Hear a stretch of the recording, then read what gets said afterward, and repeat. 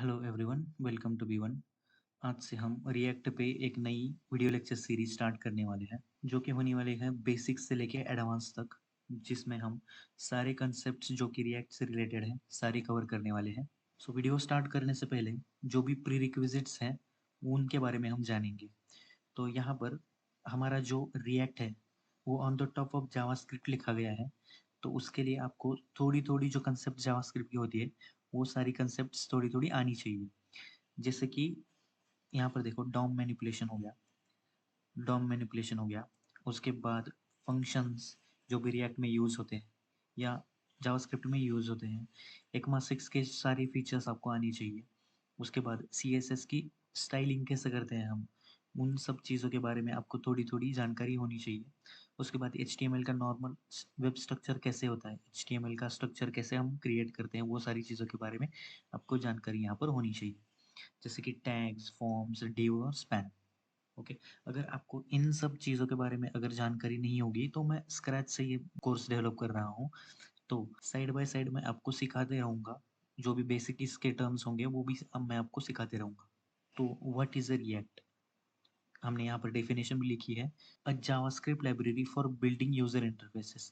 यहाँ पर दो चीज़ें ध्यान देने वाली है, जैसे कि लाइब्रेरी एंड यूजर इंटरफेसेस। तो what is a user interface, जब भी हम कोई वेबसाइट को विजिट करते हैं, जब भी हम कोई वेबसाइट को देखते हैं, तो इस उसका यूआई जो डिज़ाइन होता है, मीन्स हम जिस पे हम रिएक्ट करते हैं या जिस पे हम लिखते हैं, जो चीज़ हम देखते हैं ना, उसको यूज़र इंटरफेस कर कहते हैं।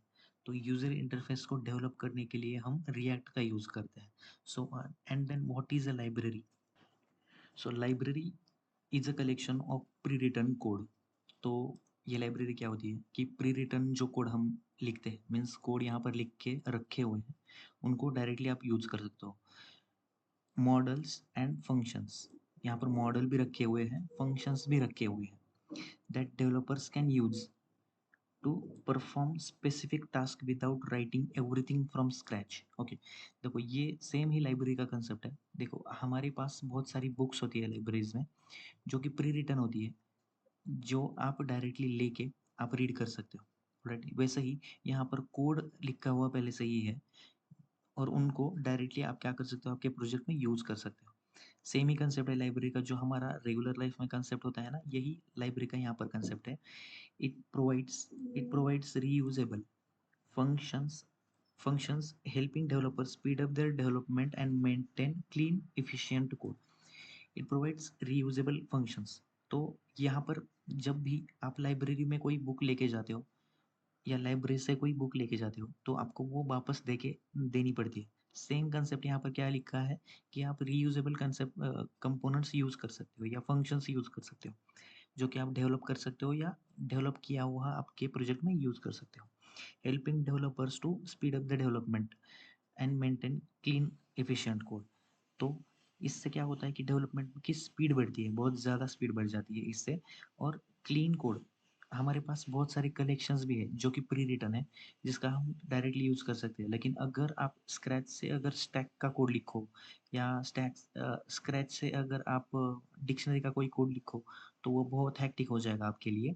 तो वो डायरेक्टली रिटर्न हुआ हुआ है या रिटर्न किया राइट किया हुआ है, वो डायरेक्टली आप यूज़ कर सकते हो।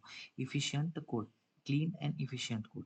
सो ये मेंटेन करता है क्लीन कोड आपके लिए। तो यहाँ पर मैंने एग्जांपल दो लिए हैं लाइब्रेरीज के, जो कि रिएक्ट और जेक्वेरी है। हमने इसके पहले जेक्वेरी के भी लेक्चर्स ड्रॉप किए हैं हमारे प्लेलिस्ट में, तो आप वो भी देख सकते हो। जो कि इन दोनों के लिए रिक्वायरमेंट क्या है कि आपको जावास्क्रिप्ट के थोड़े थोड़े कंसेप्ट पता होने चाहिए।